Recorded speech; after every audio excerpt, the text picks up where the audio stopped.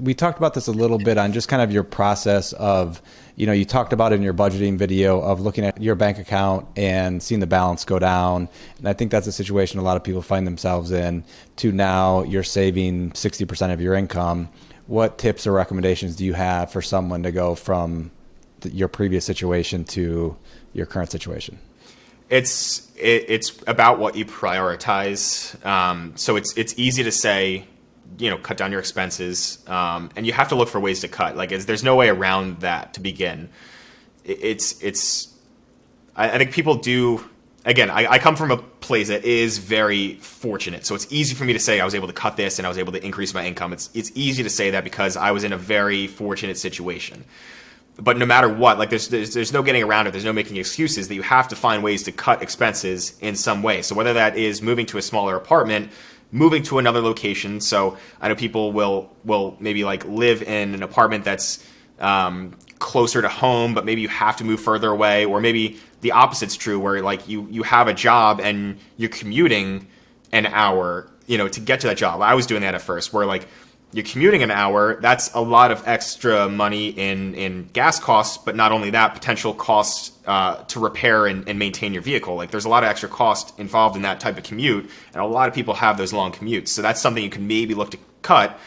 But along with that, you also have that time cost that you're investing every day, where you're commuting an hour there and back. So it's 2 hours every day that is doesn't necessarily have to go to waste. Like I said, you can kind of learn at the same time. You can listen to audiobooks and try to increase, just a different knowledge that you can apply elsewhere in life. But that's 2 hours that you could have to potentially start a at-home side hustle or online business or whatever. So there's a lot of opportunity cost in that time. So I would first look at what you can cut from your budget in terms of saving money. Then I would look at what you can do in terms of your time investment, where you can save time and how you can then invest that time back into yourself or back into some sort of venture. A lot of people don't want to start something themselves, which is totally fine, because it's not for everybody. Not everybody needs to start something. So if you need to just pick up a second job, you might have to do that, or you might need to see if you can change companies. A lot of times people talk about changing companies is, you can boost your income a lot faster by making jumps, maybe whether that's in the same industry or a different industry. Obviously there's still risks in doing that. Maybe you prefer one company over the other, or in my case, I took that risk and I made the company change, but it wasn't a good fit like I thought it would be. So there's risk in that. So you could also try to, talk to your employer if you're going to stay at your current job. See if you could set like a 6 to 12 month plan right now, where you say, okay, I'm going to set these goals of X, Y, Z. If I can achieve these goals in the next 6 months or 12 months or whatever it is, can we have a conversation at that time and sit back down and discuss my compensation?